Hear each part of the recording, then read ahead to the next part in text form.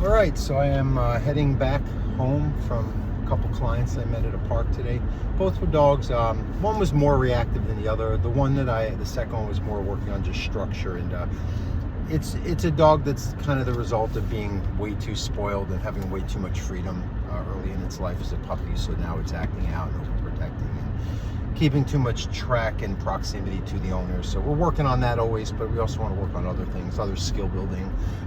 Even we had an incident. It was a learning experience for me. For this dog, is a dog was struggling with walking, was really fighting. Actually went and nipped at the owner because he was implementing some pretty strict control, and dogs that aren't used to always getting their way will protest like that. That's how severe it is to them. That's how strong-willed they are in wanting to keep control, to keep their needs getting met, which is not the reality. When they learn that they can just let us lead them, life is easier for everyone, and they don't have to feel like they're going to die because they don't get their way. So nonetheless, that'll happen. And in it, we're not going to fight it. Dog's too strong-willed. He's just going to get worse and worse, and it creates a scene when the dog's panicking on a leash in a busy park. Not the main reason, but another reason is, hey, let's just go take a break. Let's put the long line on. Let's just let him roam a little bit. We'll go to there's like a middle field, like a big grassy area. Let's just give him a break, and then we'll work on some distance and recall drills. Just get him kind of moving in a different way. And also, you need some space because the owner was getting frustrated at his dog for all the obvious reasons. I was frustrated for him at his dog.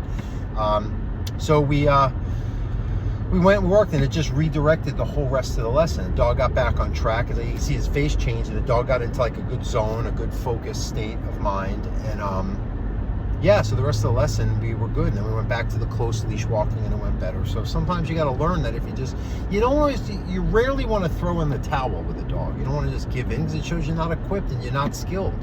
A teacher's not going to just say, the students are too out of hand, I'm just gonna let them do what they want or just go home. No, the next time it's going to be worse. It's going to be more of a mutiny on your hands. So we have to show skillfulness and an ability to say, hey, as much as you don't think, what I say is going to have to go.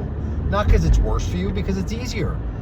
So that's really what it comes down to. Some dogs you could just kind of go, you don't want to listen, I'm going to correct that and make you listen to exactly what I said, and then we're back on track. That's a good majority of dogs. But some dogs, you have to be skillful. You have to be a good handler and a good person at navigating when a dog is in a state where they're losing complete consciousness, panicking. What do? Do we feed into it? Do we just do what our instincts tell us we should do as a human based on our own psychologies versus what dogs are in learning theory and their instincts and the tools we have, how to use them properly, and other things we're working on? This dog, part of the issue was that he needs more structure at home and needs rules and boundaries and set. One of the owners is doing a really good job, but the other one is still working on it, so that can create a frustration. It's like, well, you're not always this strict. You don't make me stay put and not focus on and watch everything and keep track of life.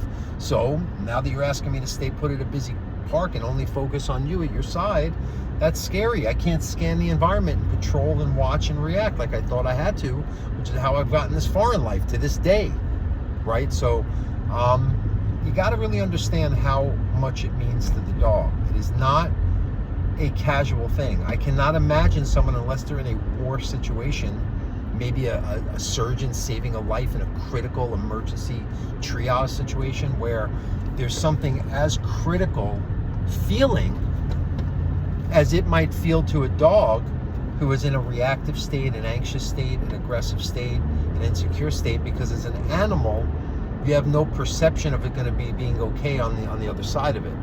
You're going right to your fight or flight response, and you're going to porthole to what you would think is a way to stave yourself from dying. Stave off death, I was going to say, but save yourself from dying. So, see, I'm telling you, that's why you got to be consistent, why I'm so demanding with my clients. And really what makes it work based on me seeing that if we deviate from being consistent or strict or want to baby our dogs while we're trying to train them at other times, that's not how dogs are. They're a living, breathing, conscious being that has to see things based on how its instincts and just how learning theory works. And consistency doesn't get delivered by a 82% effort. It's 100% every time, especially when you're resolving bad habits that are based on this life or death feeling that dogs can get when it's really not necessary.